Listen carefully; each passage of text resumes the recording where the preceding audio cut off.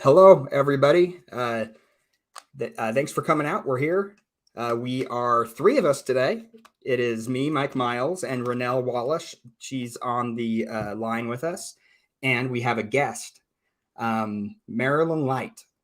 Uh, and I'll let Renelle and Marilyn talk a lot today because I'm interested in what they have to say. So they're both very gifted in spiritual matters and dealing with the healing of the body. So and more than that. So let's go from there, guys. Renelle, how are you? Did we lose audio again? I hope not. Not this early. Well, let me just start with Sounds good to me. when I met Renelle. It was probably in the early 2000s, and it was at a John Pontius conference, and she had already been in the plane crash probably for several years. Is very disfigured, but really has beautiful hair, beautiful eyes, blue eyes. I kind of call them blue eyes of fire. There's very few people I've ever met that have those blue eyes that just emit so much light coming out of them, and she's one. Yeah. And she had asked for a blessing. I'm a member of her same church, the Church of Jesus Christ of Latter-day Saints, and there was all these men who stood around her and gave this blessing all at once in a big circle. And it was kind of the first time that it had happened to me. But around the circle of men, I could see a circle of women. I could hear them speaking or singing. And I knew it was like the Adamic language or a heavenly language. And I waited in the room because I'd never met her before. And I asked her later, I waited to be the last one to go up to speak to her. And I said, "Did you hear those women singing around you?" And she's like, "Oh, did you hear that too?" And we became like instant friends. She says, "I need to talk to you." So I've had some amazing gifts. I've not always been a member of the church. I was a member about the time I turned a teenager. And as soon as I started going to seminary, I just became like a sponge, and I learned and learned and learned. And I knew I had some gifts, but I just thought they were freaky things. And I didn't realize they were what you call spiritual gifts. So in my process of talking with Renelle through the many years, she has taught me many things that have opened up other spiritual gifts built upon the gifts that I had already had. And I know Renelle has had at least one near-death experience, being burned in that plane crash. Yes. And she's got an amazing spirit. She has no veil. I have a gift to look inside people with my spiritual eyes. I will literally close my physical eyes and look inside you, and I can look. What most fascinated me was the light either coming in your head or not, or the shape of the light. And the light should be like this, a nice big funnel. And Renelle's light literally went from horizon to horizon because she has no veil. And she's the only person I've ever seen like that. And even when they tried to put her on like antidepressants or things, which I've seen, antidepressants literally will close your light and make you look like a glowing city at night. Oh, and she said they just didn't have any effect on her at all because I could see her light from horizon to horizon. Yeah, So that's been kind of a cool gift because I can see inside you. I can see if you have light, if you have a God connect or not, even though you say you have it. If I don't see it, it's not there. If it's not there, yeah. Yeah. And Does so it it's been change an amazing with each gift. individual? Like the Every individual themselves? has light or not. And I mean, I've seen some LDS people who just kind of have a pinhole of light coming out their head.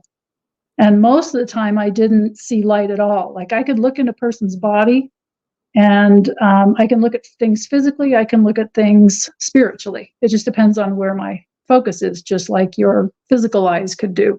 That makes sense. But I was really fascinated because I hardly ever saw people with light coming in their heads. And these were all members of the Church of Jesus Christ of Latter-day Saints. Oh, so I started asking God, like a lot of times I would see the light come in like this and go to the left, always to the left. And it had a 90-degree bend in it. And I remember for months and months, I asked God, what is that? Like, why am I seeing that in these people? And then at one point, he told me they're asleep. And I was like, oh, they're asleep, huh? It's like, that Spiritually makes asleep, right? perfect sense. Yeah. Yeah. And what Okay. causes you to go to sleep is you shut that down. You open it. Your light is actually a record of what goes on in your lifetime. I saw one lady, her light went up to the left, up and to the left. And Oh. I didn't ever see that before. And when I'm looking at a client, I always ask God, well, what is that? I know what, being asleep is. Did that happen twice in her life? And he said, yes. And I said, so you've been active and then inactive and active, and you're currently inactive again. And she went, yeah, how do you know that? So it's just been fun to have God teach me things and to know that we all can develop spiritual gifts that help us know things no matter what the world will tell us, or what somebody tries to flatter us with, or influence us, or deceive us into thinking. I think spiritual gifts are for this life only, so that we can have an advantage to get through this life. And we are told, in fact, we are told to covet spiritual gifts. It's the only thing we're told to covet. Yeah. So covet the best gifts that you possibly can and ask for those. There's a responsibility that comes with them too. So be prepared to accept the responsibility if you want that gift. But when I was younger, I was not a member of the church, and I started having these, what I call near-death experiences. And I would have an experience where I wouldn't die, but I would be like protected from dying. And the very first one, I was probably 7 years old or so, and I lived in Scottsdale, Arizona, and we had horses, and my neighbor had horses, and I was going over to her house, and across between our two houses was this huge fence of oleanders that were probably like 12 feet tall. And as I approached to go to her house, we were going to go play or ride her horse that day. And all of a sudden, I just heard this noise, and I couldn't figure out where that noise was coming from. And as I was going over to pass the oleanders, I felt like hands on my shoulders stop me. And all of a sudden, a wild horse went running by. And so I realized that I had been protected. Click on the link. And the next time it happened, I was in a car, and way back when we didn't have seat belts, and we'd been out to dinner as a family, and I was sitting in the back seat, and my dad had turned a corner and the door flew open, and I was like grabbing on, and my mother grabbed me from the front seat to keep me from falling out the door around the corner. Yeah. So I had several car accidents in my life. I started thinking, because one time I had two children. I think one was like 4 and one was 1. And I used to live in Mesa, Arizona. My dad lived in Tucson. We took the back roads to Florence Way. And I was coming back home, and it was a very, it was what you call twilight, where the sun had gone down and it was raining, and you could just barely see anything out there. And there's no street lights. And as it's raining and you have all these spots on the windshield, my 2 kids are asleep in the jump seats in the back of my pickup here. I was looking, I was like, is that car on my side of the road? And before I knew it, my hands went over to the right, and I could feel the car go by. I could feel the turbulence. And then my hands put me right back on the road, off the shoulder. Like I would have just done this, but somebody had control of my hands.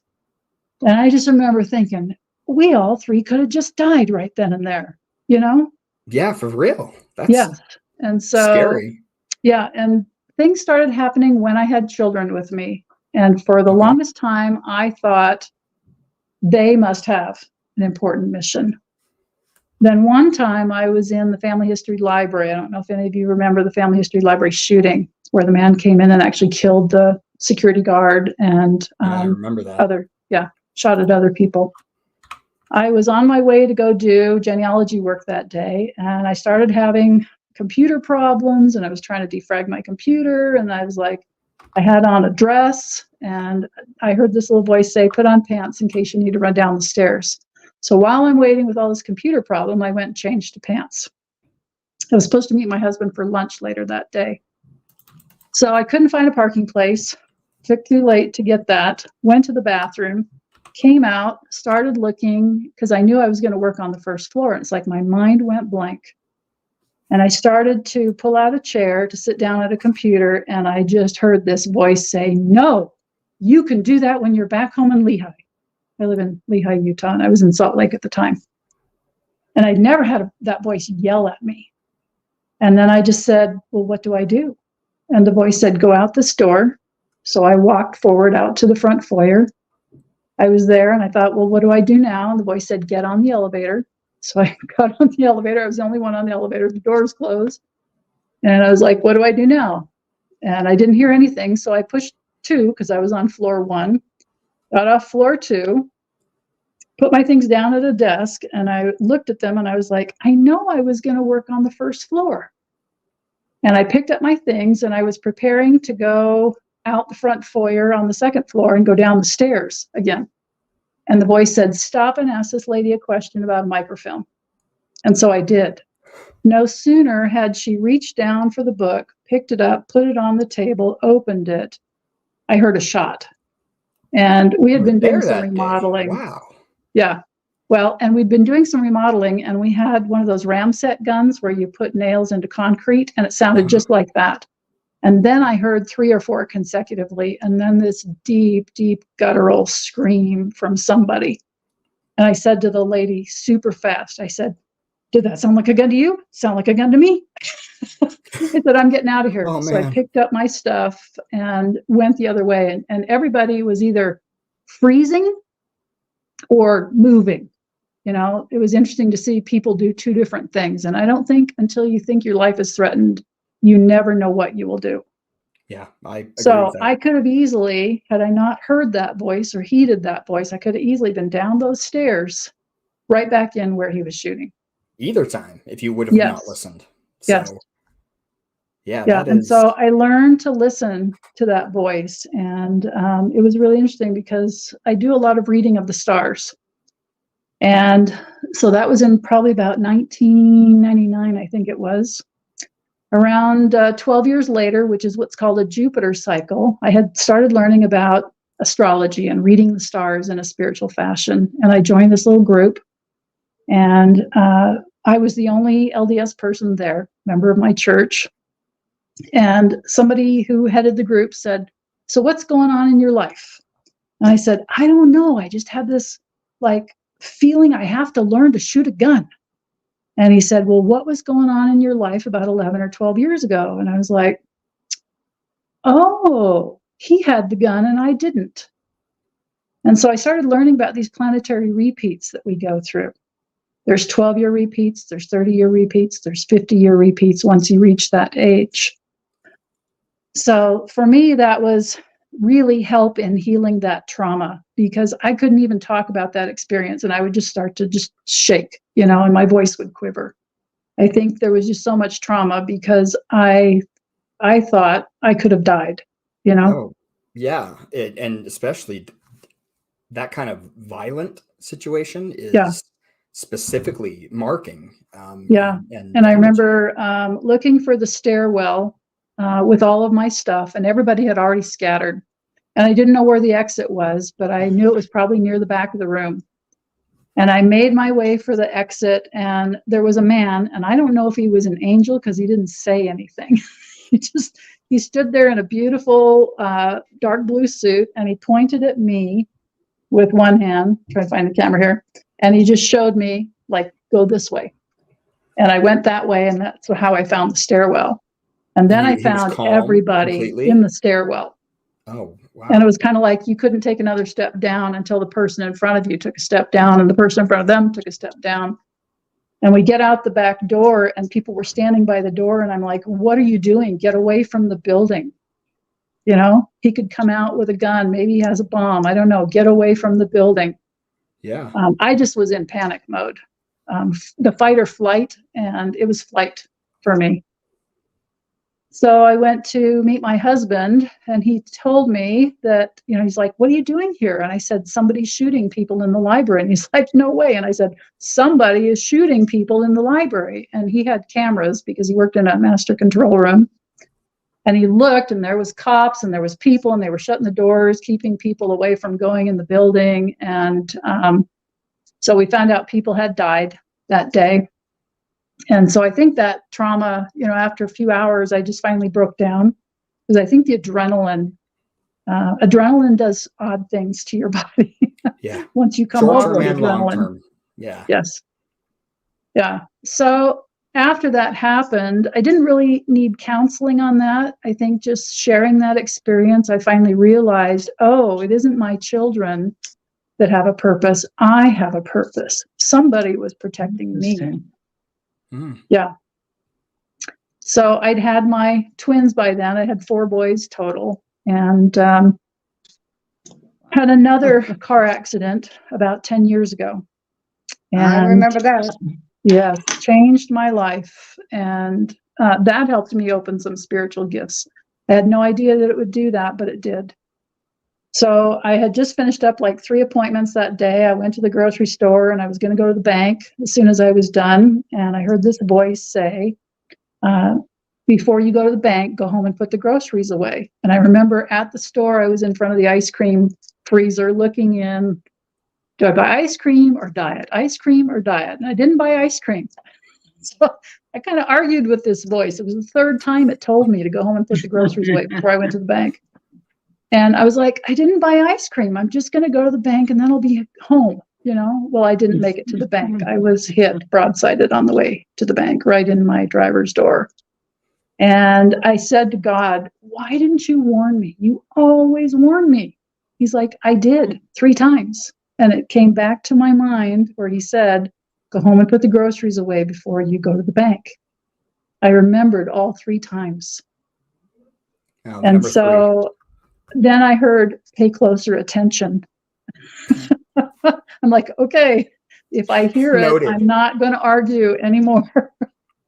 And for the longest time, I thought, why did I do that? Because I went through several major reconstructive surgeries over a period of years, and court cases and depositions. And because even though I had good insurance, when you don't have enough insurance to pay your medical bills, you have to sue your own insurance company. And I quickly found out that you think they're your friend until you have to sue them. So I learned a lot. I actually ended up having to sit for the longest time to recover. Wow. And as I sat, I learned to read the stars more. I had more opportunity to read books and do charts and recognize patterns. And so I don't know, because before I went into that car accident, I had invested 4 years to be a century road cyclist, a 100-miler cyclist. And I was ready to buy the bike on April 1st, 2013, and I was hit on March 29th, 2013. So I didn't get to buy the bike. Instead, I sat a lot, recovering from surgeries and physical rehab and stuff. But I realized that it actually helped me develop my gift of reading the stars a lot better than I could have had I been on a bike instead. Yeah, that is amazing, because I've had some things in my life. I've talked to the audience before about them, so I won't go into great detail. But I've spent a lot of time alone and in a place where I just have to decompress, or because I deal with PTSD, so I have to take away a lot of external stimuli to be able. Yeah. Well, that's deal. what I went through. Yeah. Is PTSD. Yeah. Exactly. And that we've had multiple conversations about that, because there's so much that comes along with that. Not every person that deals with it differently and has it different, but it is real. But I spent a lot of time, and my life changed because of the time I had to spend in meditation, the time I had to spend thinking and praying. And those things to me changed my life, changed who, or at least allowed me to become who I am more. who I was before I came here. It Yeah. allowed me Learn to who your true self is. exactly. Yeah. And it's crazy that we have to go through some of those things. The interesting thing to me is that you were warned prior, even though it was going to ultimately be something that would have good in it. And it reminds me of Christ, the way that, he turns all things, even those things, into your good. Yes, he does. Do you like ever that old wonder, Chinese proverb, whatever happens to you, oh, well, that's a bad thing. No, that's a good thing. But here's what's interesting. With this fire, I had no warning. Yes. Which was... Do you normally have warnings? Because I remember you had some before your plane crash.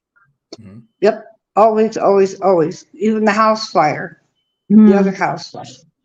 I've always had warnings. For some reason, this one, I had no warning. I mean, let me take this back a bit. I kept hearing noises downstairs, and I knew the door was locked. But you do remember that, Mike? I kept saying, there's somebody downstairs, and I'm getting a really bad vibe. Pay attention to that bad vibe. Yeah. And she froze again, but she did have at least that bad vibe, and I don't know exactly where she was going, but I do believe that she was, I think you're right. Yeah, when she comes back on, we'll ask her. Okay. But I noticed that I was in 3 tornadoes in my lifetime, starting from when I was 4 years old, and in different states. What state? Oh, in different states. Wow. Minnesota, Arizona, and Illinois. So all by the time I was 15 years old. And I started noticing that I would have a tornado dream the night before something like this happened to me, this near-death experience.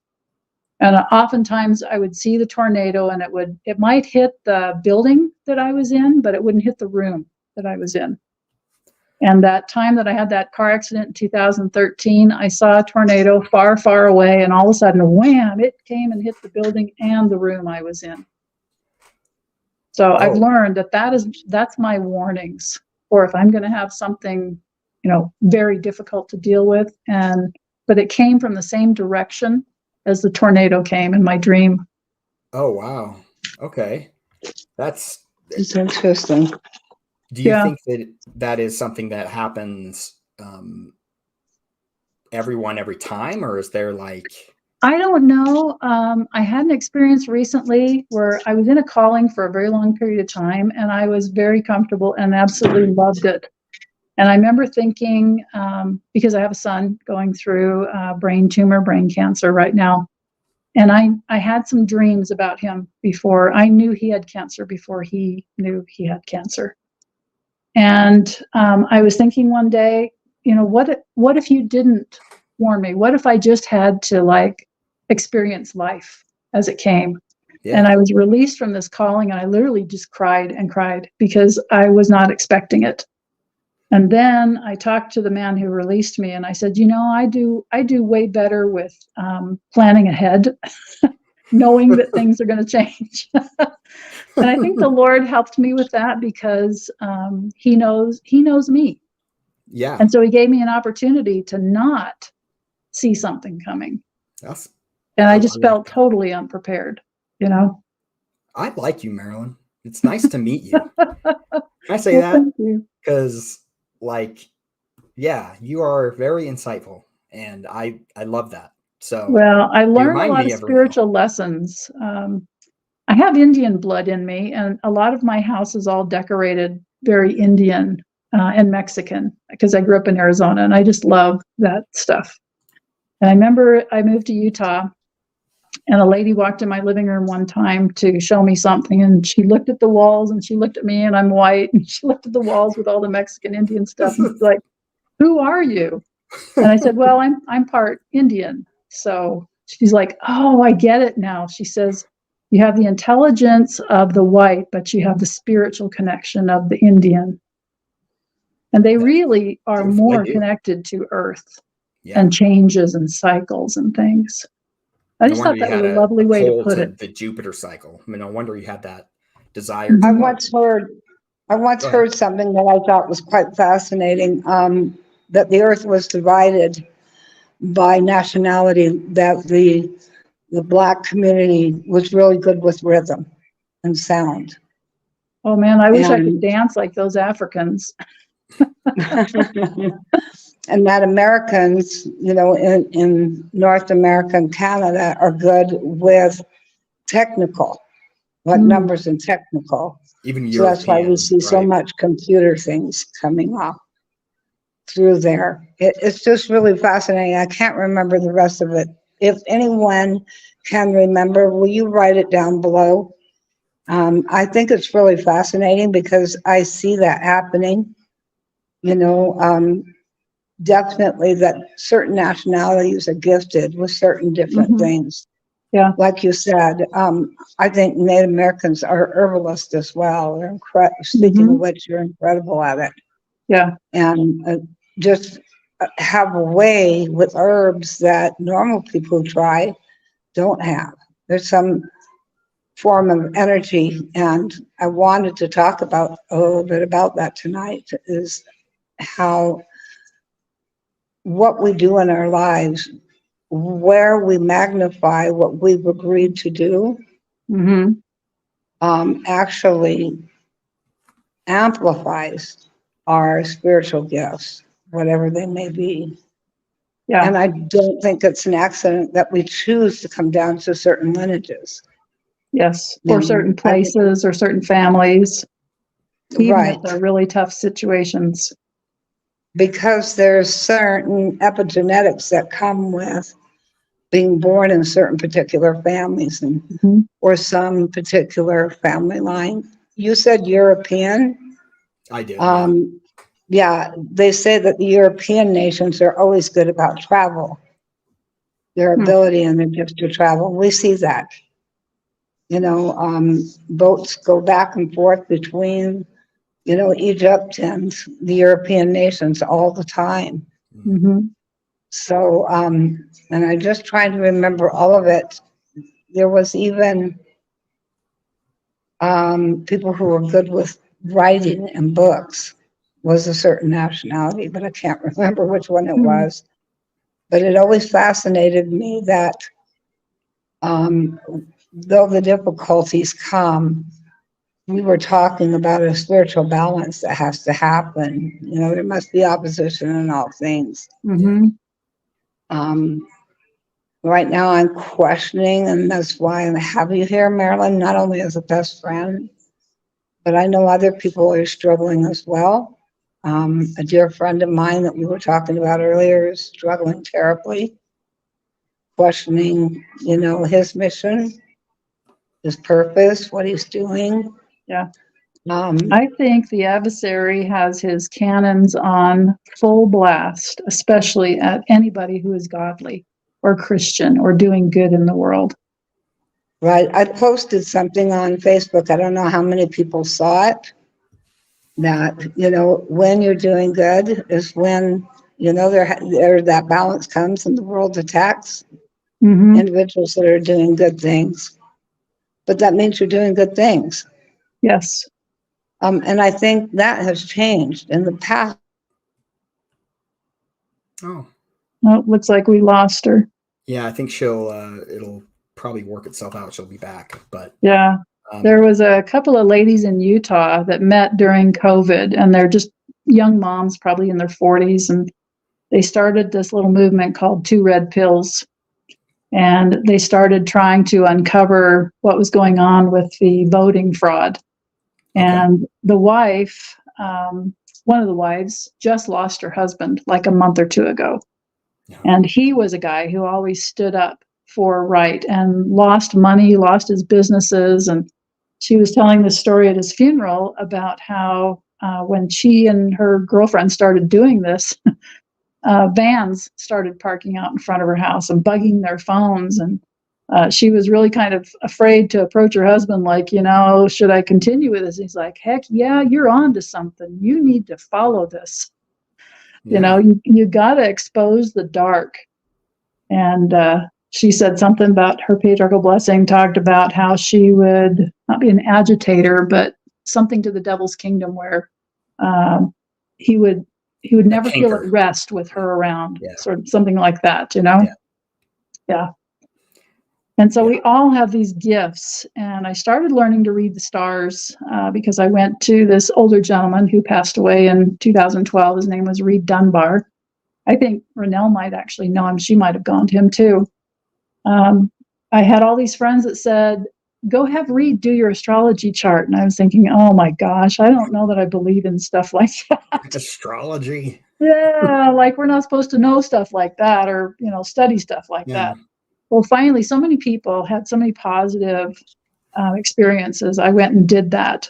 And immediately he puts this paper in front of me and I can't read it. You know, it's a natal chart. But he says, you know, you're supposed to be a healer, don't you? And I said, I just put that word on business cards and here I am in my 40s. Excuse me. But I said, I know I'm supposed to be a healer. But where were you when I was like 20 years old and I've been trying to figure that out forever? Like, where does it say that on that paper? How do you know that? And by the end of the reading, I was like, can I learn to do this? I said, I would love to help people know at young ages what their gifts are, their spiritual gifts, their tendencies, and even their time clock. Because he was reading me things in my lifetime. You went to visit him too, didn't you, Renelle? You went to Reed Dunbar? Looks like she froze again. Yeah. I know she's in the hospital and she's not having really good internet. Yeah, we went to visit her a couple weeks ago. Yeah. So I started off on this track and got my hands on every book I could possibly afford to read. And as I overlay what I read with the scriptures, I'm starting to see Jupiter repeats and Saturn repeats and Chiron repeats, which are Jubilee years. Okay. And so in your lifetime, I want you to think how old you are now. 40. 40. Okay. I know you're not talking to me, but I was just. Yeah. But and anybody else that's out there, think of how old you are. At the age of 12, you complete your first Jupiter cycle. Jupiter goes about 12 years. It's actually just shy of 12 years. So you complete your physical development cycle. Second 12 years, you complete your intellectual development cycle. You often get your career and college training by then. Yeah. Third 12 till you're about 35, 36 is your emotional development cycle. And so now you're married, you probably have kids. Yeah. And so there's a lot of emotions. And I think that was the toughest cycle, literally, for me to go through. Fourth cycle, from about age 36 to 48, is your spiritual development cycle. And so if you shunned God or left the church or whatever it was, now you're a parent that probably has teenagers and you're kind of like, okay, God, what do I do with this kid? And so it's amazing how we really do a lot of spiritual development in our late 30s and early to mid 40s. Absolutely. That's Continue. Fifth cycle is your philosophical development cycle. So once you have had, 4 Jupiter trips, you create a philosophy out of those 4 Jupiter trips. So usually about the age of 60, you're this wise old person. You have this philosophy in hand. For the next 12 years, you're going to serve with that ability and that philosophy. And then the next cycle is the mentor cycle. So from about 72 to 84. We are so far from that physical development cycle. We have got a retirement villa behind our house. And I noticed that when you're in your 70s and 80s, I think you just age faster because we're so far from that physical development cycle. But you have all this wisdom that you can mentor people with. And that's kind of where I met Reed. He was serving and mentoring me before he left the planet. Yeah. Oh. You want me to talk about Saturn cycles? I do, actually. I am very interested. I want to get a list of all these books that you have because now I'm interested.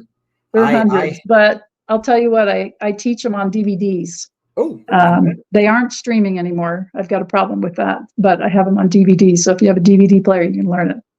Mm-hmm. So I was learning about Saturn being these 30-year repeats, and there's all kinds of 30-year repeats in the scriptures. And when I first learned about this, I was actually attending my 30th high school reunion. And I saw these couples. They were couples in high school, but they went off and married other people, and then they got divorced, and now they're dating each other again. And so I came home from the reunion. My husband and I were laying in bed one morning, and I said, so where were we 30 years ago? And we had met, this is like May, we had literally met 30 years ago. I'd had 4 kids. The baby was leaving on a mission in June. So we were going to be a twosome again for the first time in 30 years. I looked ahead when we got married, when I had a baby, when the baby arrived, and literally baby came home from his mission 30 years later after my first baby arrived. And I said, my gosh, I think I better pay attention to these 30-year repeats. Yeah, I actually am doing it in my head, and I'm seeing something similar. I mean, Yeah, so you're 40, so you're doing a repeat of age 10 to 11 right now. Yeah. You know what? I forgot all about that, Marilyn. Those repeats. Yes. I know you keep popping in and out, so I hope you don't mind if I just fill in. Do you have any questions while you're here? Yeah. Do you have any questions while you're here? I'll jump in if I can. I'm going to go down and see if I can find a computer. But right now, I'm counting back. How many years was the plane crash? And so on. What year was your plane crash? Let's see, 1986. How many years would that be? 86. So my son was born in 86. So that's 37 years. Wow. So not quite it, huh? Yeah. So did you have a repeat in 96, 06, 16? 2015, 2016. About when I met her. I did. Yeah. That was the hardest year. That's right, Mike. Mm-hmm. It's when I met you. Yeah. It was a tough year. Yeah. Well, the purpose of Saturn, it goes around and it's the great teacher. And so every 30 years, like once you're 30 years old, you're going to have a 30-year repeat of 30 years ago. Until you're like 60, then you're going to have a 30 and a 60-year repeat. So it's kind of like you've been around the lap once, you've been around the lap twice, you might get a third. Yeah, and if your health is really good in your late 50s, right before you turn 60, that's a Saturn cycle, your second Saturn return. And so if your health is good, you can live another Saturn cycle because Saturn rules the health and the structure of the bones and the body. And I've met so many people as clients. So they're like, well, but I quit smoking when I was 58 or 59, and then they ended up with cancer. And I've learned that the law of the harvest comes full circle at that point in your life. It's like it's very difficult to change the physical body after that. So plan for that if you're not at that age yet.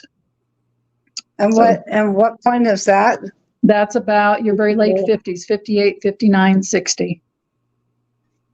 Yeah, and you look at somebody like President Nelson, he just turned 99.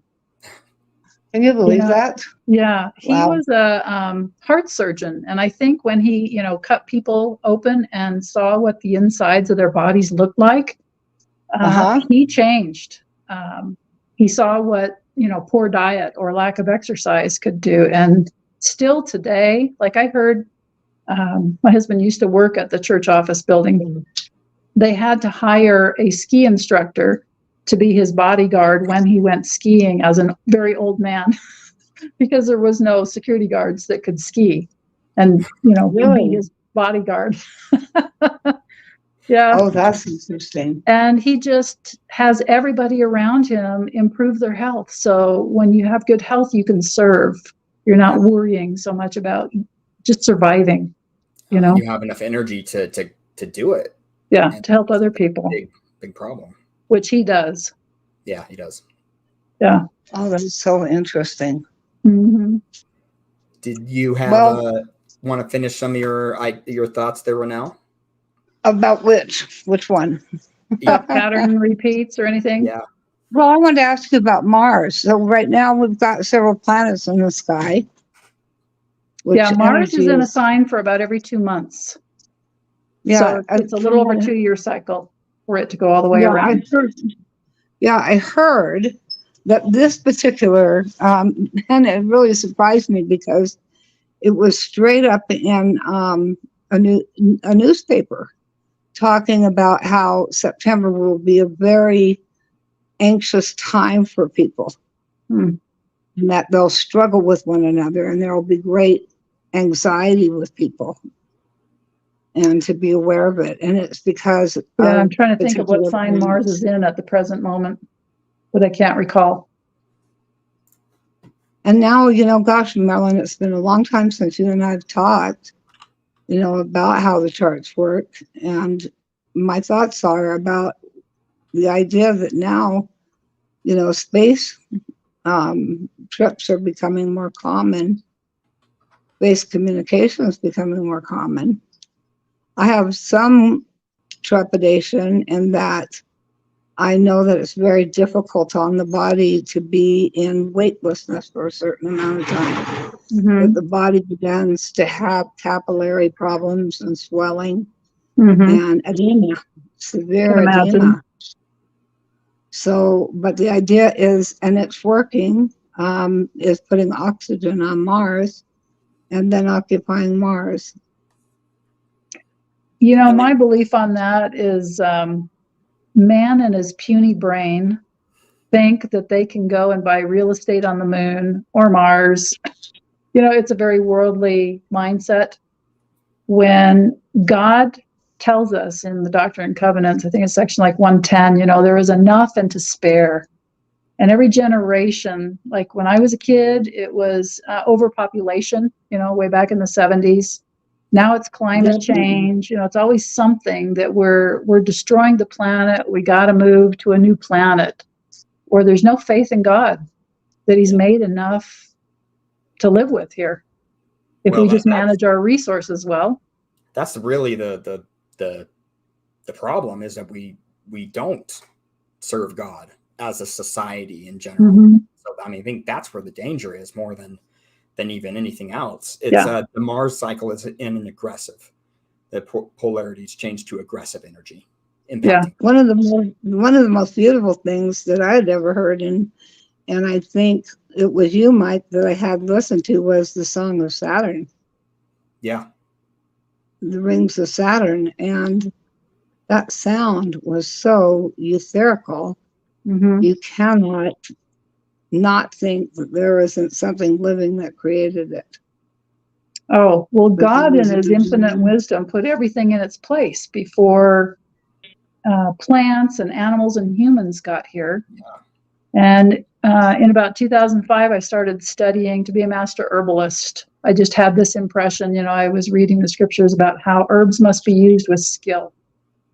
And I was like, well, what does that mean?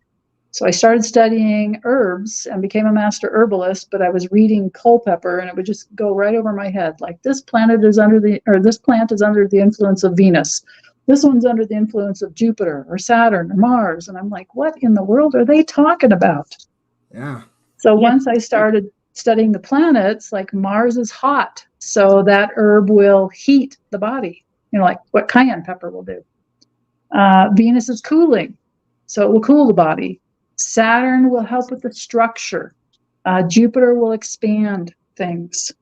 That's what they're about.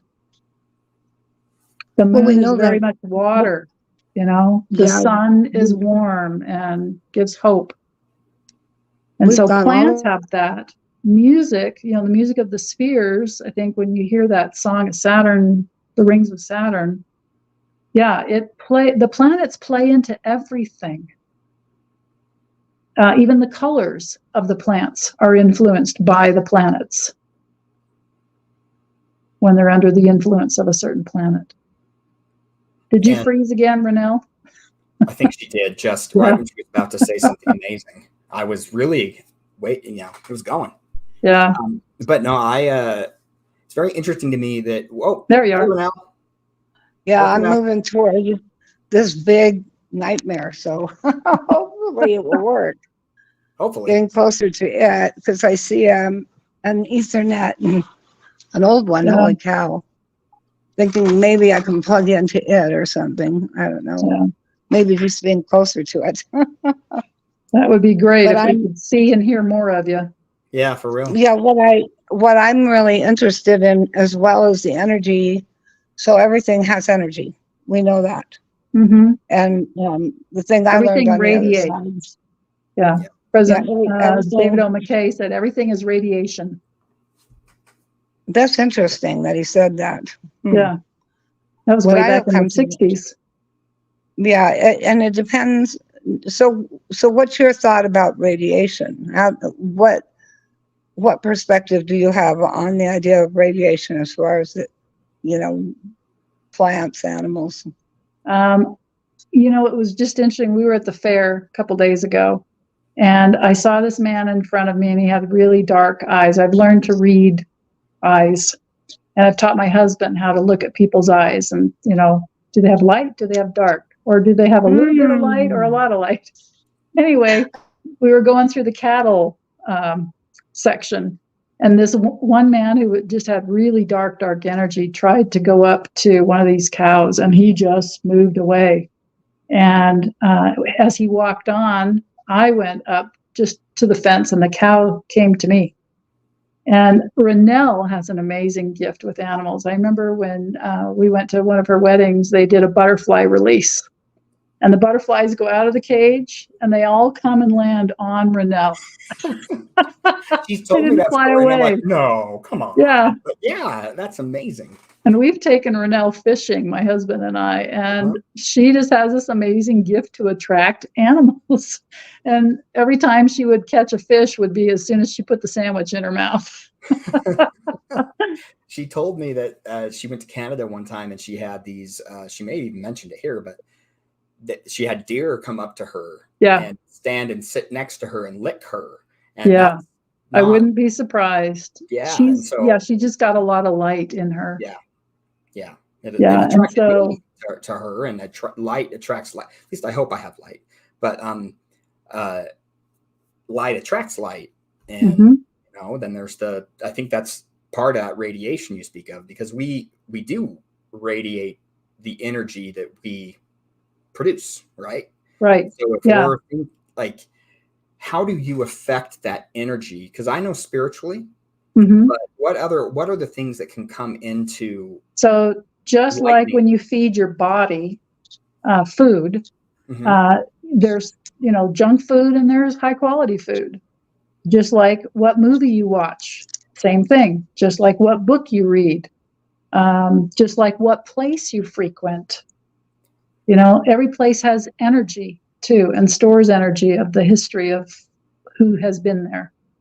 And so if you want quality light in your life, you have to bring all those things into your life through I apologize, but how are we supposed to do that in this world now? Like, there's so much darkness and anger and just distrust and like all of these things. And so, and I have my thoughts and feelings, but I really want to hear what you have to think or what you have to say about how we navigate that as humans. Yeah. We live in a world of sorrows, but I believe that our one person energy of who we are, as we raise our vibration, we influence other people around us. There's some quote about like, you're in the space to change the space, not the space to change you.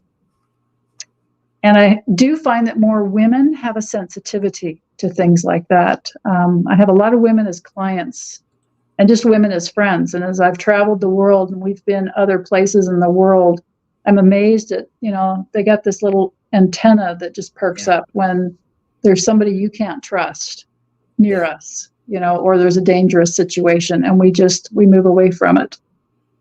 I've taken advantage of that with my wife. She has that kind of gift as well, where I can kind of know, I need to avoid that. Yes.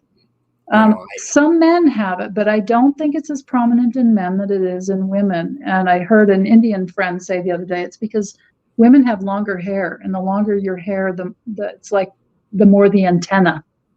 That's But interesting. I don't know. I've had short hair for a lot of years. I used to have really long hair down Well, to my butt, but maybe if you had longer hair, Marilyn, you would be able to radiate more. maybe. I think maybe I learned to develop it when I had long hair, that now I remember it when I have short hair. That's good. That's good. Yeah. So what do you think about radiation, Renelle?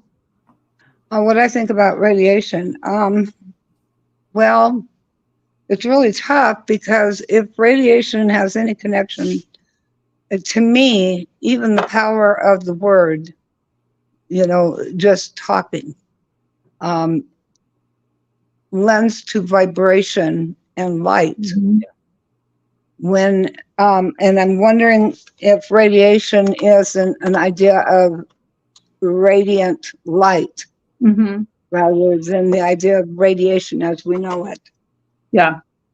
Like radiation that um, harms people, you mean? That's mostly how we yeah, hear, that kind of like chemo radiation. radiation. Yeah. Exactly. I mean, because it Well, has and its place, but yeah, and radiation sometimes too is like a concentrated light, like a laser is a concentrated light, which can burn or kill. yeah, It is light, yet yeah. it is light, and yet when we look at what is the sun? What is the sun but radiation? Yeah, but it's perfectly put away from the Earth, the same size as the moon. So when you have an eclipse, And it's it perfectly covers it. Isn't it amazing in exactness? Yes. It just throws me for a loop. So when we talk about everything as radiation, well, then we have to say everything is vibration. Yep. Because that's quantum physics. And we have to also say everything is light. Is light. Yeah. All three. And it's to what degree of light, like what point things are at light. I know when I work with clients, when they're done, and especially you, Mike, and I noticed it right away, there was a level of light that is so radiant. And so when I think of radiation, I think of radiant, like the sun. So you're right, there's a different warmth. When we think about love, we think about warmth, right? Yeah. Yeah. And there's a message that I've been forever wanting to get to a friend, but I guess that's never going to happen. So I'm just going to share it here. Just kidding. Pardon? I'm sorry. Go ahead. I apologize for interrupting. What do you say? Not with that attitude. You're never going to get it across. A lot, Nate. Yeah. I don't know. Hey, maybe I lost everything. Yeah. It'd be nice. Anyone out there, I'd like a computer or a laptop used. I'm even willing to do the used part just so that I can do this show, because this is a commitment I made to God. So my thought about it is that love is a power. It is not a feeling. And that was something that was shown to me with great extent and with great perfection. It is a power. It is not an emotion. We or a feeling. We mix it up and we put it in that hat. Those are byproducts of that power. Mm-hmm. And I mean, when we talk radiation, it's basically just energy coming off of whatever it is that you're looking at or we're talking about. And light, everything basically, and we specifically are light. And so we will radiate whatever level we are at. And I think love is a part of what that radiation is, the power of it. I think that comes off. And Daniel Brinkley. Go ahead. Sorry. Daniel Brinkley, I wanted to quickly say it before I get cut off. Yeah, please. Did a wonderful book about how the military had done this study, and you may remember this, Marilyn, where there was a receiver box that was able to pick up radiation. And they put 4 people around a table. They all held hands. And they had to go from extreme anger, which would be measured in this box, and then all the way to love, real love, not the kind of emotional love, but real love, the kind of love when you hold a brand new baby in your arms. you know. Mhm. I know, you know that feeling. We all know that feeling. Yeah. And so they related it in that way to these 4 people. When they were done and they looked at the meter in that box, it had moved 1 entire degree. And the subtotal of it was the same energy that would go off in an atomic bomb. That's how strong it was. Wow. I remember being at a conference one time, and the lady had these rods in her hand, and she had somebody come from the audience up to the front and say, I want you to feel anger or, a really bad feeling. And she walked closer and closer and closer to her until she was probably like 2 feet away and the rods crossed. And she says, that's the size of your aura right now. Then she said, I want you to feel love. So she backed way up across the room again. And from the other side of the room, which is probably 50 yards, it was a huge conference room. As soon as the lady started feeling love, the rods went open like this.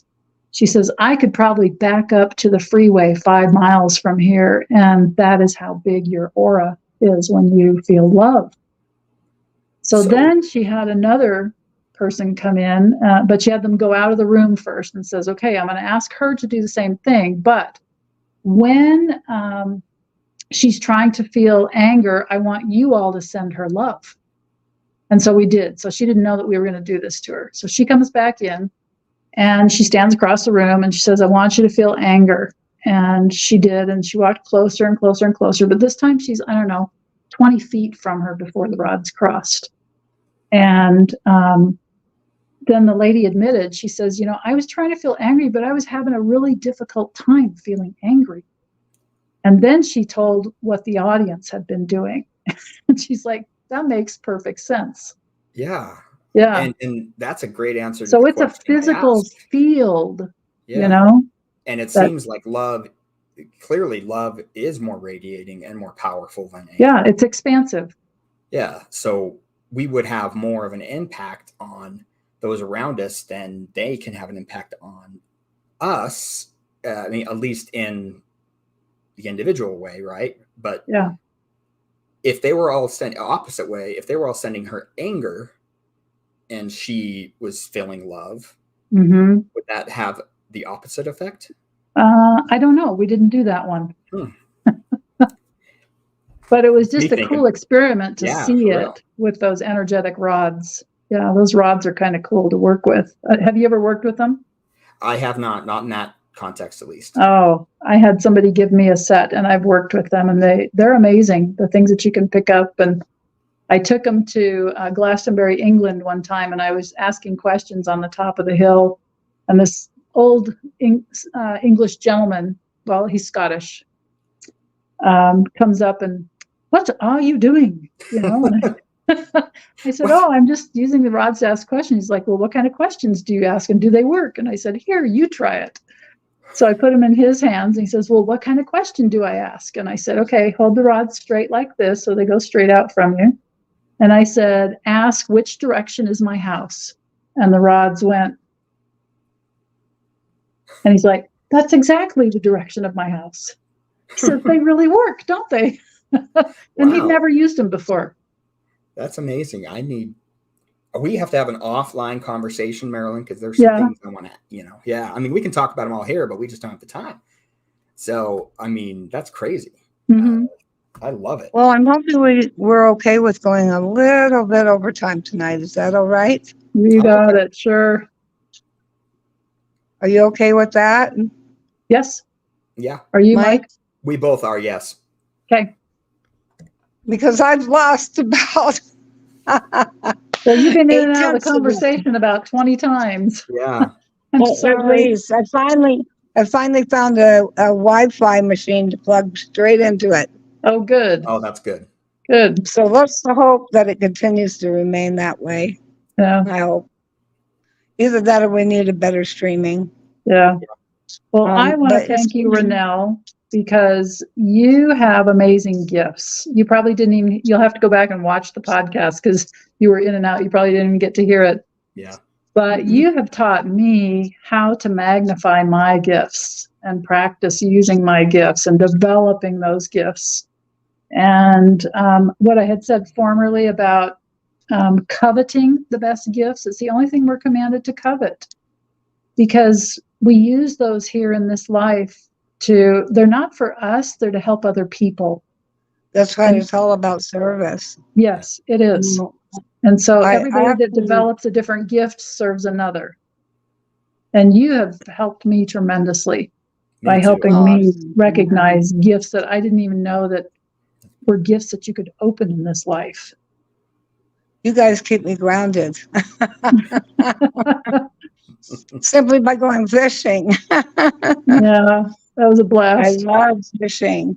But you guys have kept me grounded so that I'm not always, so focused that I can't see anything else. Sometimes Bruce and I are a lot of earth energy, and earth people ground other people. Air people teach people how to communicate. Fire people are the kick in the pants for other people to get things started. Water people are the ones that have all the emotion and feel what people are feeling, so they know what they need to go through to heal. We were talking about that. What do you have in a home that begins to create that, right? And it's all the things that create that kind of energy. Water. Water's going to be your blues and your greens and curves, water fountains, things like that. Yeah. We're probably losing you. Earth. I have a lot of earth. I bring in plants. I bring in wood. I bring in rocks from where I travel around the world. And I write where I've been on that rock and when I was there. That's awesome. So that's a lot of earth. Air would be grounding, right? And yeah, very grounding. Okay. Yeah, I'm one of those people. I can sense what's going on with other people, but I have to detach from it in order to do that. I literally go out and lay on the earth, connect my fingers or my feet, lay on the grass, and just discharge. Because a lot of people come in with a lot of anxiety, energy, and I feel it for a while, but I just have to disconnect from it. And so grounding helps me get back to where I was. And it takes 10 or 15 minutes sometimes. So, you basically would absorb it because energy can be absorbed. It's radiation from other people. Yeah. You pick up on their stuff. Yeah.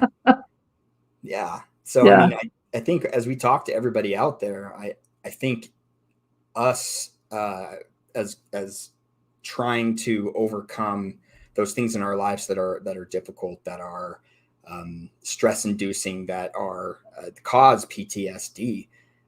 It affects everyone around us as well as ourselves. But we have to surround ourselves with people and things that can bring proper, good, light energy into us. The healing energy.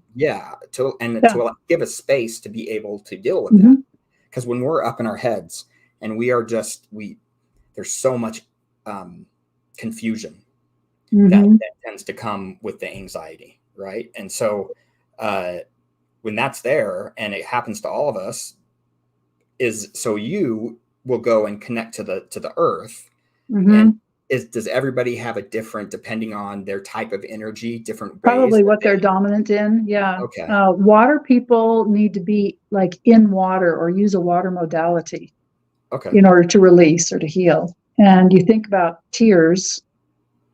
I've done a lot of charts for men who end up having a lot of water. And I always tell them, I hope you never grew up being told that men aren't allowed to cry, because that would just stuff all that in you and you couldn't get it out. Was the last one that was told that.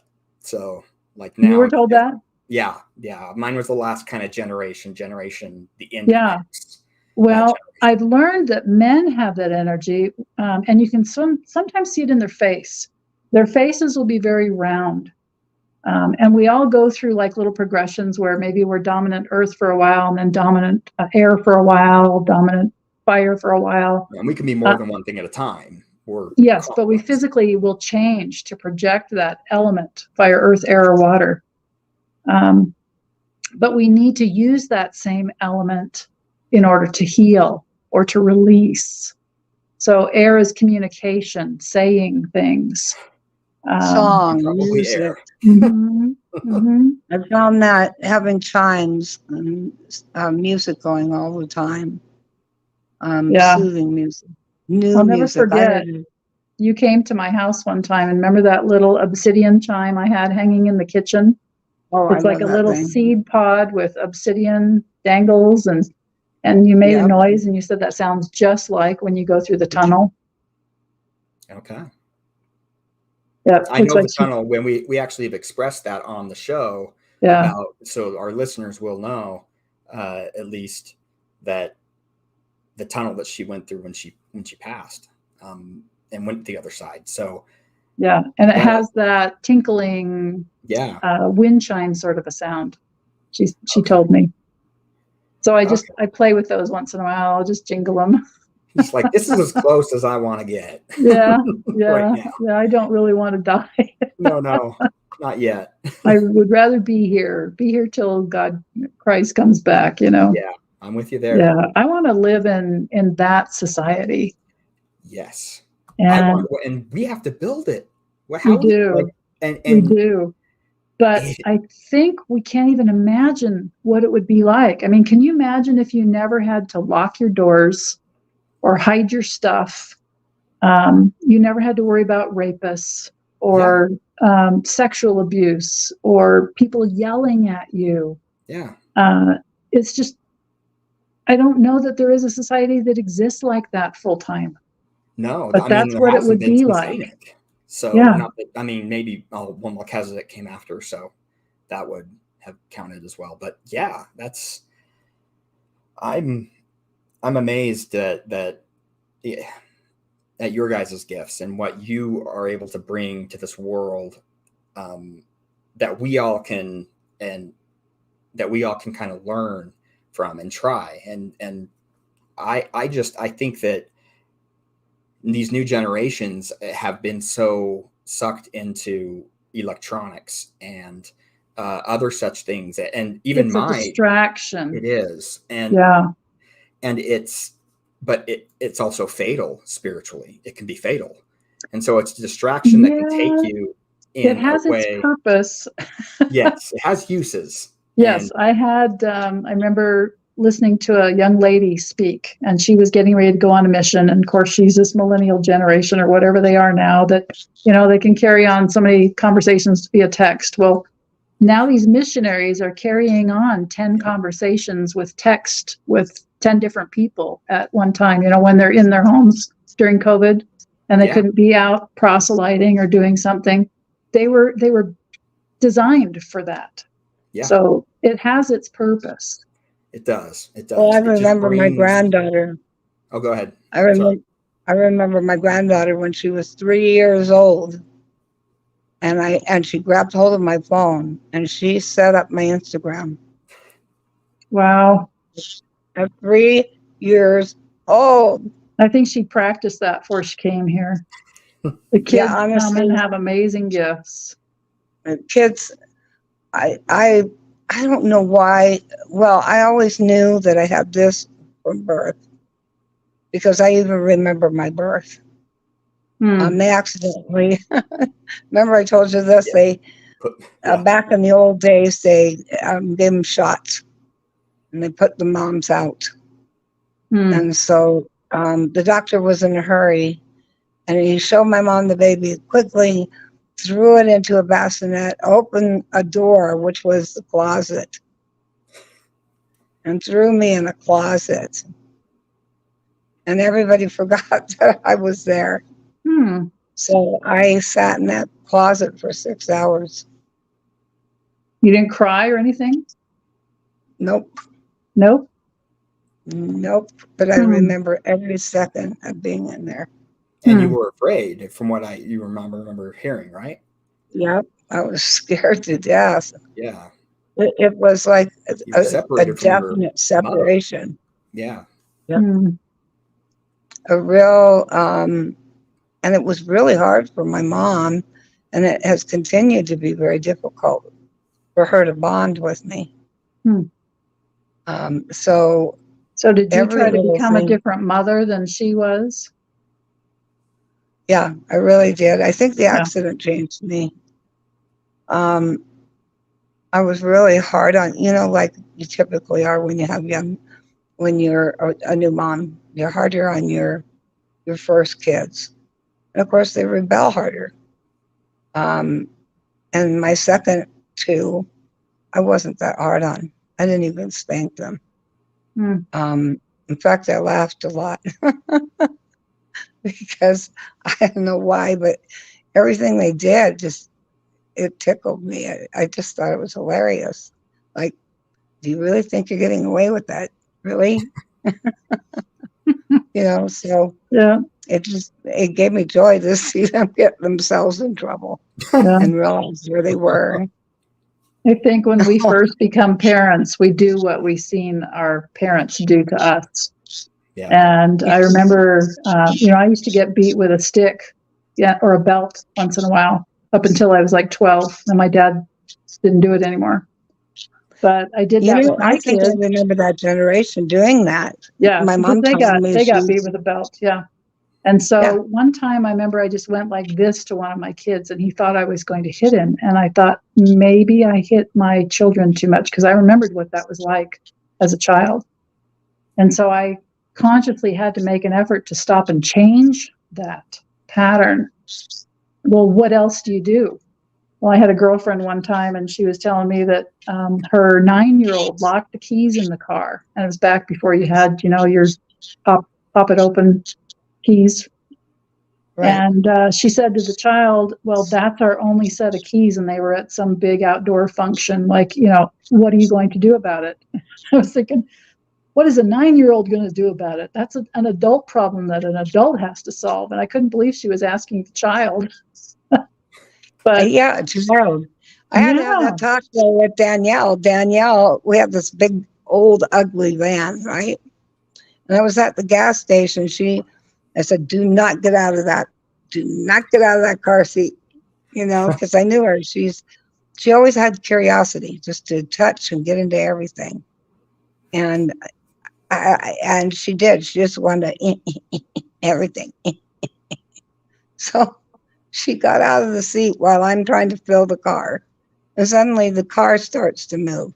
Oh, no. That was Stinker had turned the keys on and was driving down the sidewalk with the car. She had full hold of, the steering wheel. She was standing up, her hands on top of the steering wheel, smiling from ear to ear. And I didn't know whether to laugh, scream, or cry. Yeah. So is she one of your older ones or younger ones? She's one of my younger ones. She's the one that's the lawyer, Danielle. Yeah, her and Nate are the youngest. Yeah, okay. Nate. So Danielle finally hit a wall. Nothing happened to the car. Nothing happened to her. She just laughed. Mm-hmm. And I had to laugh, but that's all you can do.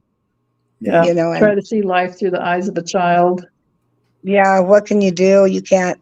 The only time I remember spanking Nate was he had a huge basket of matches. And it was over by the water heater. And over by all, the water heater to the pool, the water heater to the house, because there was an indoor pool. And the gas, you could smell the gas. I don't know what he had done, but I could smell the gas. And it might have been that he, let the pilot out. He was lighting the matches. Oh, no. And he was trying to light that huge basket of matches. And boy, did I grab that as quick as you could think and threw that thing in the pool. And I took him and I gave him a spanking. It was hard to do. Yeah. But I wanted him, he was just shocked because he had never been spanked. Yeah. And I'll tell you, to this day, he remembers that spanking. It wasn't hard. The one and only? The one and only. The one and only. That's the real question. Pardon? Does he play with matches? That's the real question. Still plays with matches. Are you joking? Still does, huh? He came home from Boy Scouts and had fallen asleep so close to the fire pit because he like watching the fire that his shoes, brand new shoes, melted. Oh my Mm. goodness. So I just went, I wanted to do one thing. Those that are out there, we have a bunch of people watching right now. If you guys have any questions you want to put out there that please put it out there. put down, and also while you're at it, like the episode and go in and subscribe, please. Those that came in specifically to watch Marilyn, or thank you for coming, by the way, Marilyn. Yes. It's been a pleasure. Yeah, and we're not completely done yet. I just wanted to put that out there so that people could ask questions, and we would have a moment to do that if you guys want to continue. It's up to you. Well, I talked about discipline. One of the greatest things I did was simply go to a lot of family classes. I wanted to get all kinds of different input on parenting. And I'm glad I did. I learned a lot by doing that. Mhm. It taught me a lot about, child behavior. My father, Yeah. one of his majors was child psychology. And my dad was fabulous with my kids. And he taught me a lot about being a mother through his being such a good father. And he was so good with them. But he was a firm believer in putting kids to work, keeping their hands busy and their minds busy. And the biggest thing he did is taught my son how to build a house. And so my oldest, Jason, builds homes for a living. And it all started because he was helping Grandpa. Mhm. And he had ADHD and he just couldn't sit still. So my dad put him to work and taking the good old hammer and nail and teaching him how to, put wood and wood together and build. Yeah. I think And your kids will actually- always take on the good things that you teach them. Isn't that the truth? Yeah. And they never forget it. Hmm. Danny was a firm believer in justice for children. That's why she became an attorney. Hmm. But I don't know about you, Mike or Marilyn, but when did you come to the point in your life? Did you realize this is my mission and my purpose? To be a healer, to be, using your spiritual gifts. When did you know? Or Mike, when did you know?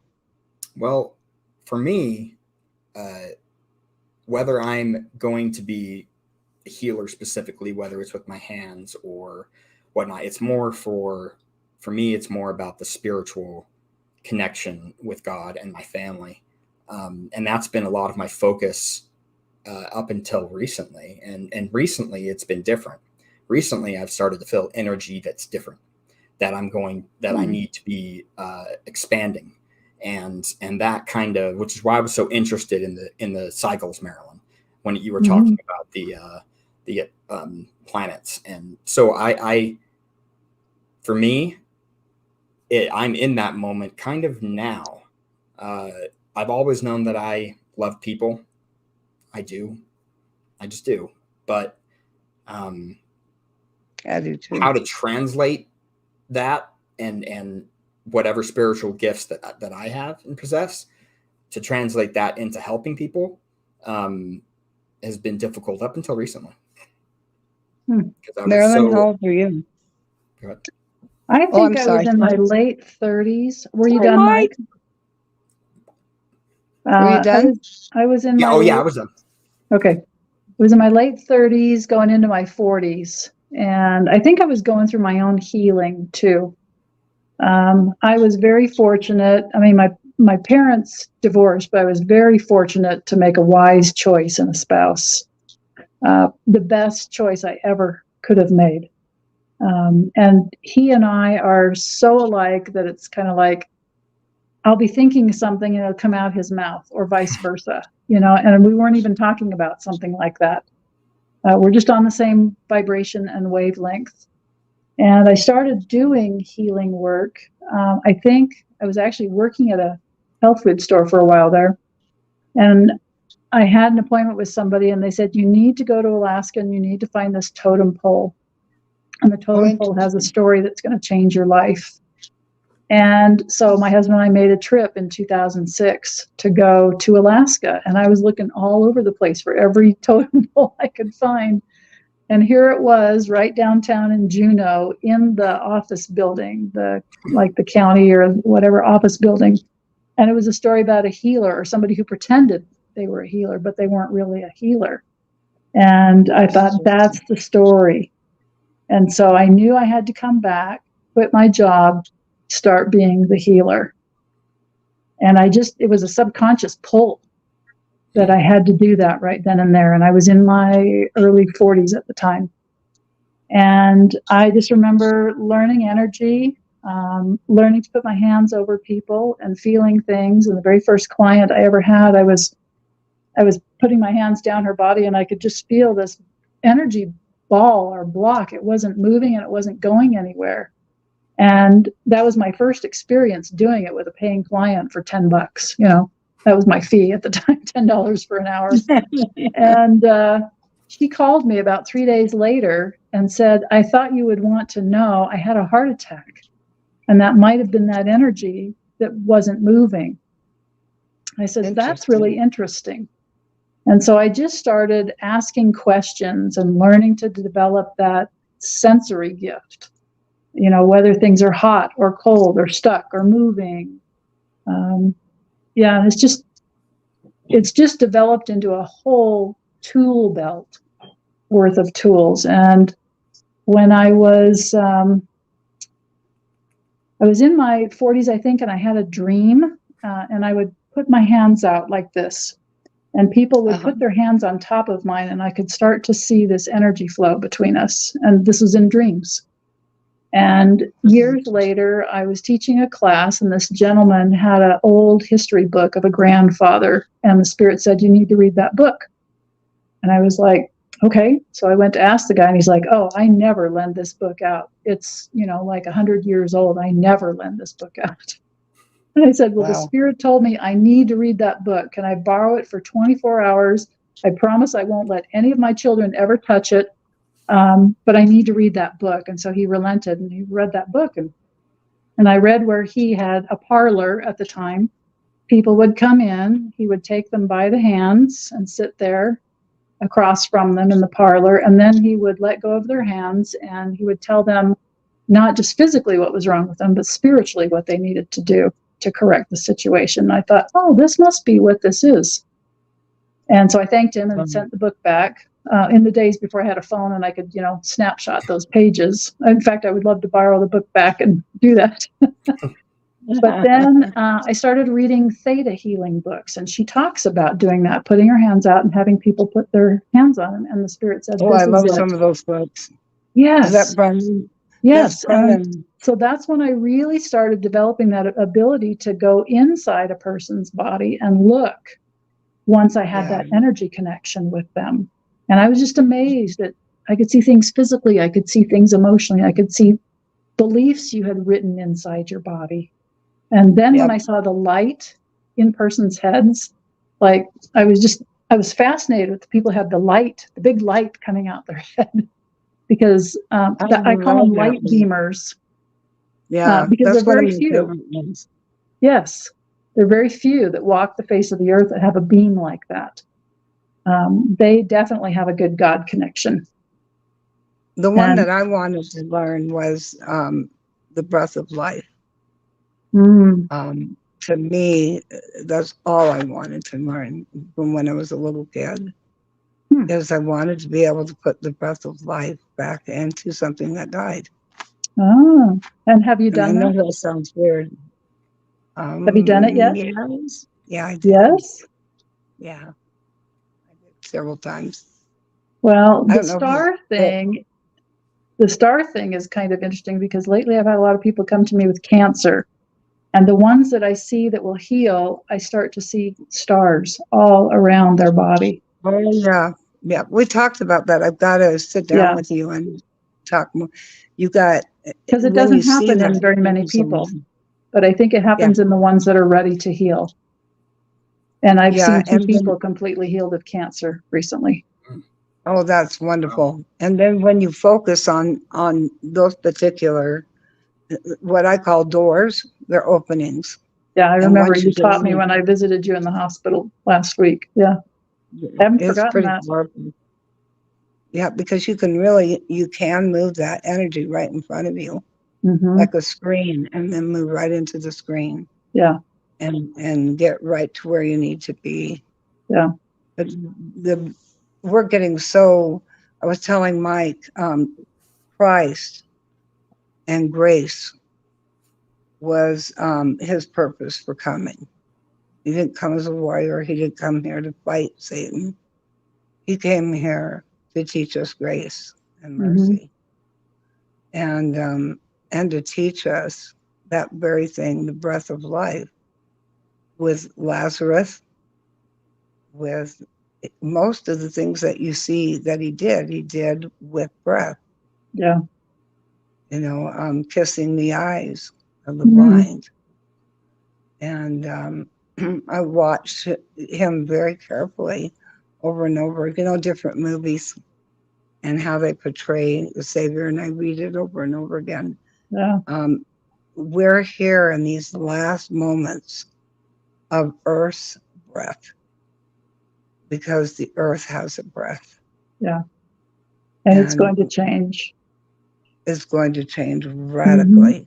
Yes. And we have to, I don't know how much we can do other than listen and follow.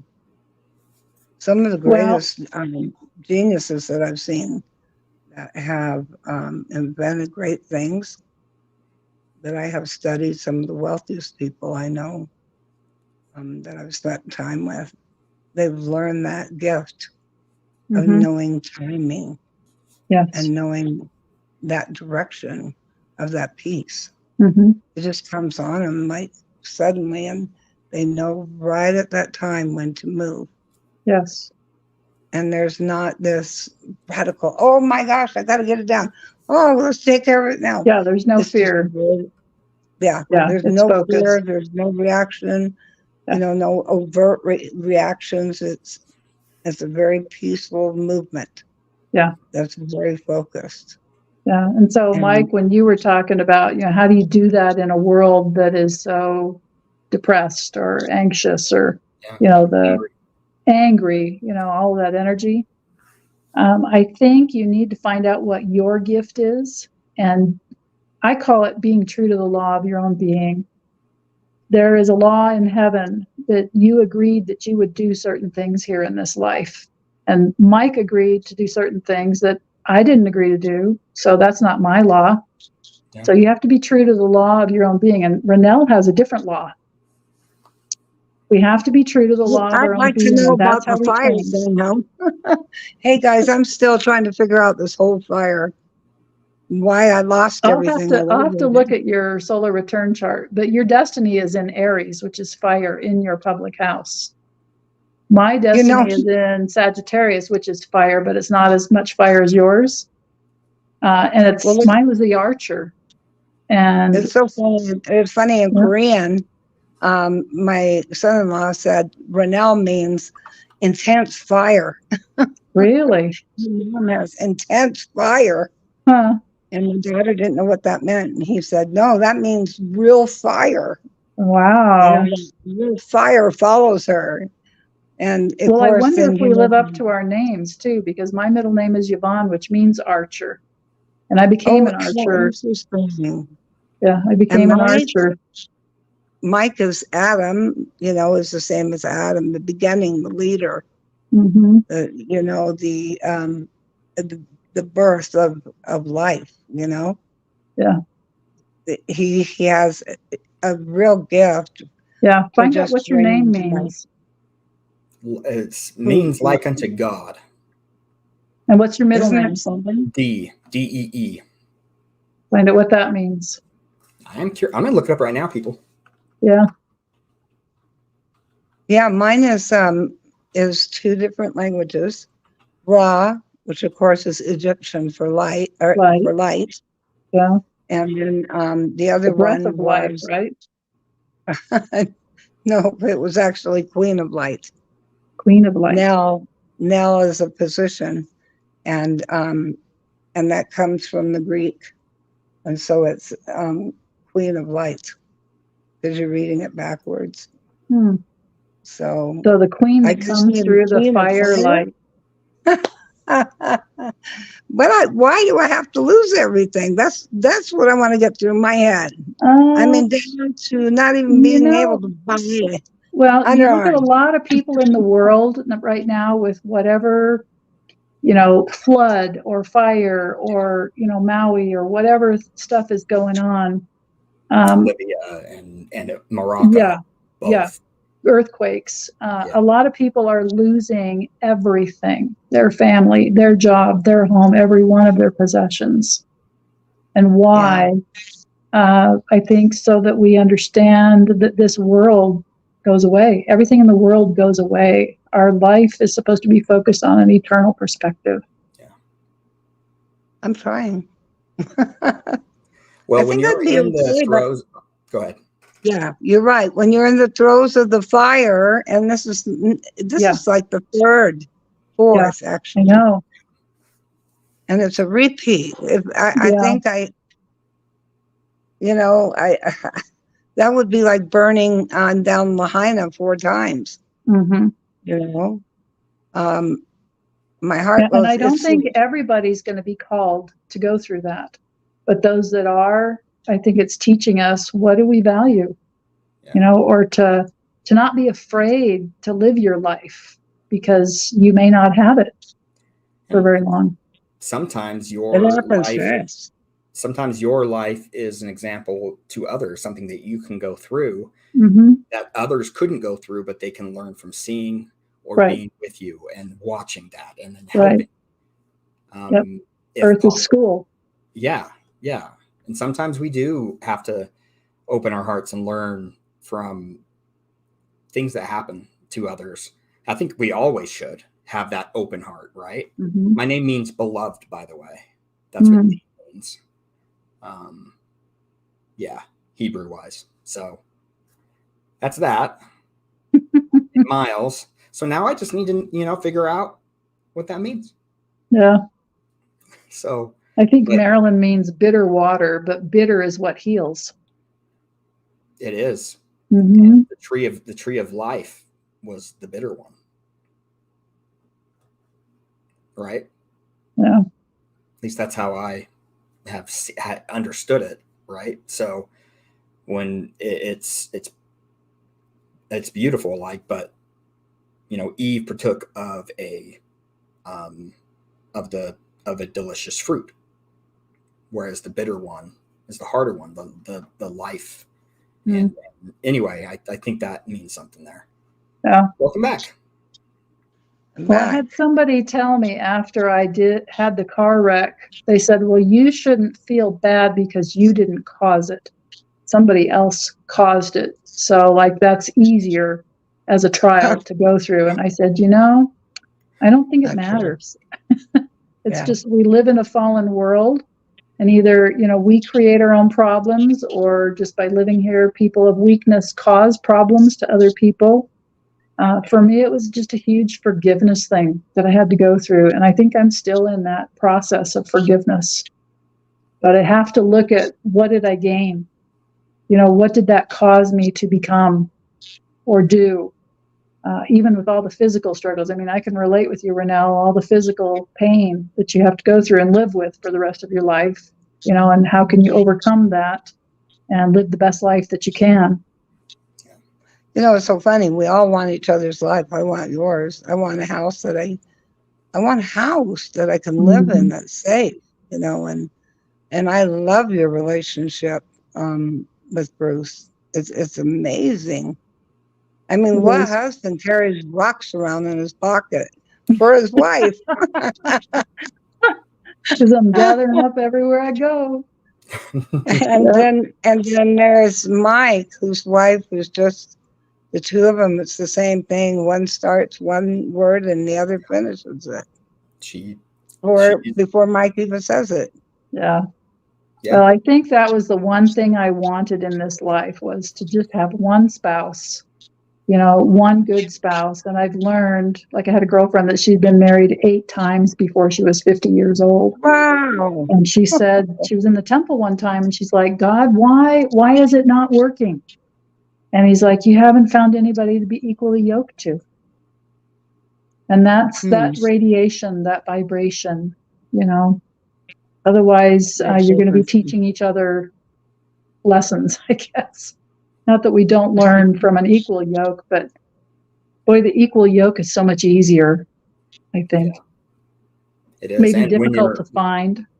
Yeah. I hope But this is okay. things start to meld, right? And so it's like you start to work on the same vibration because you love them and they love you. And so you start to go down that path. It just doesn't work for everybody. I think everyone's so different. But when it does. Yeah. Well, and everyone grows and changes, but if you're growing together, that's different. Yeah. It is. It's hugely different because you change in your relationship. Yes. Constantly. There's always cycles. Yes. And I love that the empty nester phase we're in right now, because we can do anything that we want. Come and go as we please. I really like this phase of life. And I think we lost her again. Yeah, sad. But no, I look forward to parts of that life myself. But I appreciate the life, the point I'm at now. Yeah. And you're 40, so I'll tell you, you're just getting ready to approach your midlife crisis.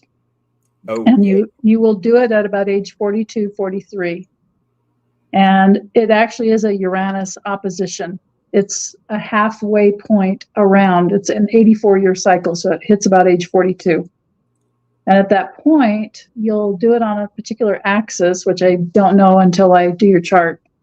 But it's like you're saying at this point, do I like the choices I've made? If you have, you don't really have a crisis. You don't need to do a 180. Otherwise, it's like, I don't want to live the rest of my life like that. I need to make a change, is what it subconsciously feels like. Okay.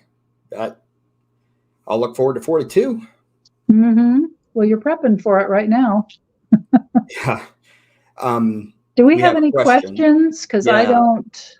She someone just barely asked, Roseanne, can you repeat the 12-year cycle learnings? Oh, the 12 years? First year is physical development. We often go through puberty. Second cycle is a 12-year intellectual development. We often get our career in college training.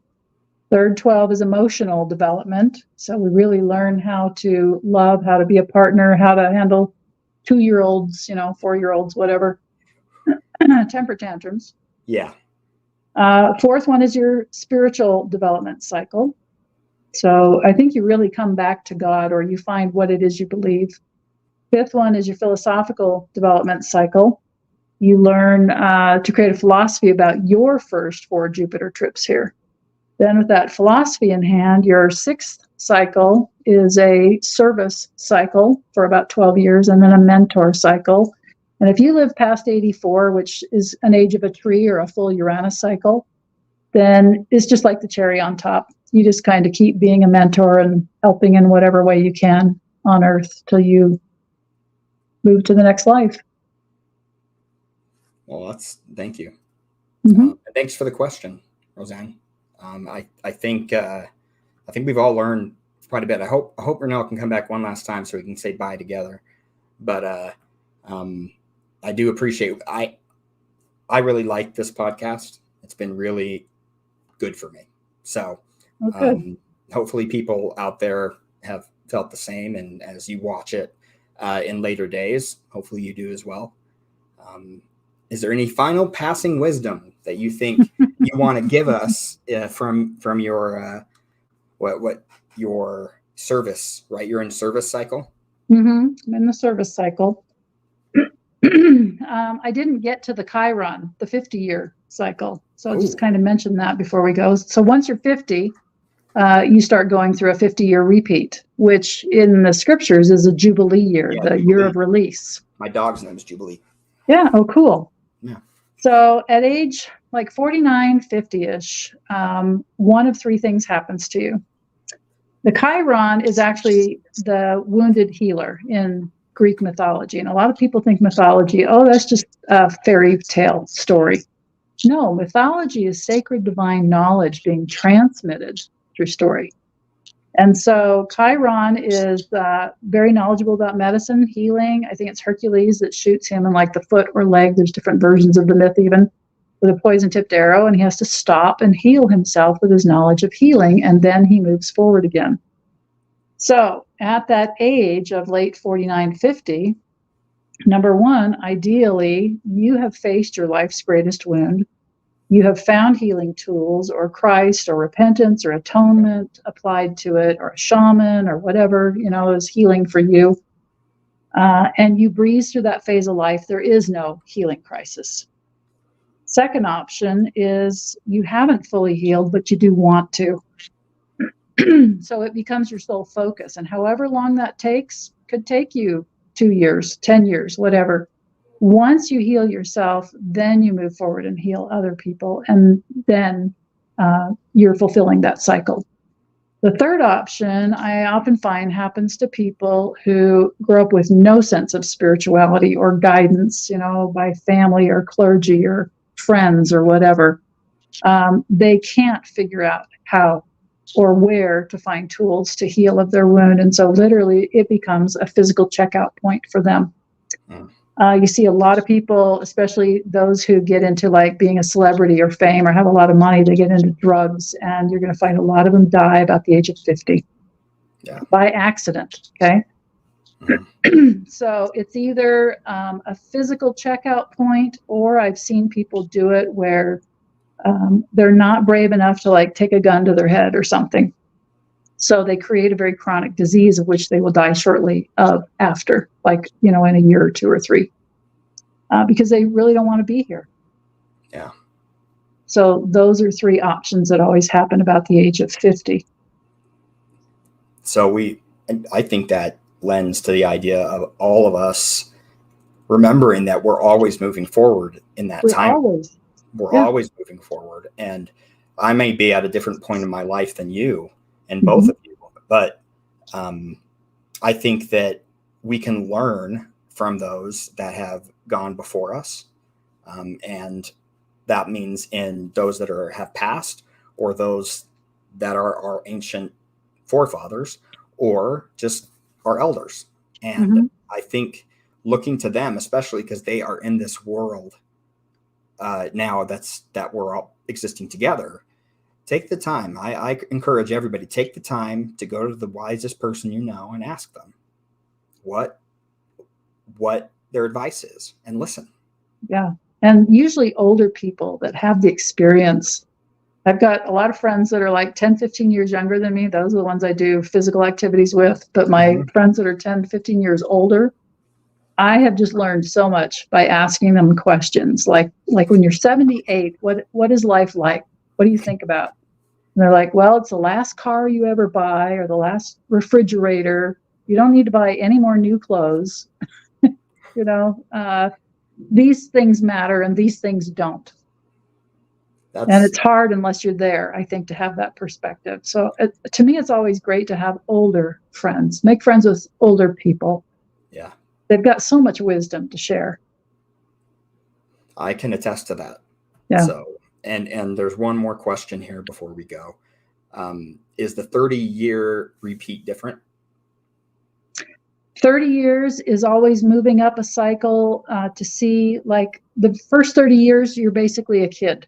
You've never been here on Earth before. You've never learned to have this experience. But when you visit it again, you're probably going to be an adult now. And you see it from a whole different perspective that you saw it as a child. So I see people, especially people that have had like not only miscarriages, but abortions. They revisit those things. Yeah. Losses, because somebody told me to do it and I didn't know any better. But what choice could I have made now? And so often at the 30-year repeat, you're going to be the parent. And especially if you've had a parent, or if you've been a parent and you gave birth at 30 years old, that child, I guarantee you, will be a repeat of your life. You're going around the first cycle while they're going around the second cycle. It's like you're looking at them. And I gave birth to twins at that age. So it was So you kind have of a lot of interesting. advice One for was them. just like my husband, one was just like me. That's very interesting. Yeah. So that's Does the 30-year 30-year cycle, repeat. is it a continuous thing? Like 1 year, Always. when you're 1 old would be like year 31. So Mhm. right now I'd be like I was 10 or 11, like you said. Yep. Okay. Yep. So I'm I'm with you. 61. So I'm going through a repeat of 31, 32. Okay. And what was interesting was we moved into this house 33 years ago. Well, at the 30-year mark, we were doing an addition and adding on to the house, just like we were doing when we were first moving into the house. I need to start looking at my life and Uh-huh. lining things up. That's very interesting, Marilyn. Very interesting. Yeah. And so especially look at it from now you're a parent, you're not a kid. So you're on the adult cycle. And now I'm on the elder cycle. So I'm looking 60 years and 30 years back, doing repeat. Is there anything I need to learn more about those experiences? That is interesting. When I was 32 to 34 is when my life kind of collapsed. I've told the story on the show, but that's when things started to break down to where I became even down to disabled. I couldn't even work. And so that to me, it didn't even manifest till I was that old, and it was from long ago. And so that followed me, and I thought everything was fine. I thought everything was good, but living my life, trying to do what's right. And then it just, boom. Yeah. So take a look back at the 12-year repeat from 32. So you'd be 20 to 22 instead of 32 to 34. And then take a look at the 30-year repeat and see what you recognize in your life. I can think of things right now. So that's very interesting. Mm-hmm. Yeah. I sure love you, Renelle. Thank you for having me on. Yeah. I love you too, Marilyn. This has been a wonderful podcast. I love you too, Renelle. I think you just froze again, but I think she was able to say goodbye.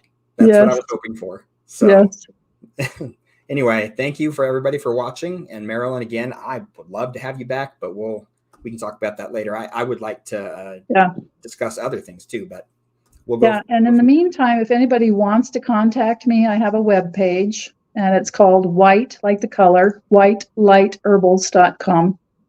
You can always reach me there. I'll put that in the description as well. I'll write it out and put it in the description. Yep. Thank you. I appreciate that. It was a pleasure to get to meet you, Mike. Yeah, you too. Thank you, Marilyn. Okay. Renelle, we were just getting off. Yeah, that's okay. I'm just heading upstairs. Okay.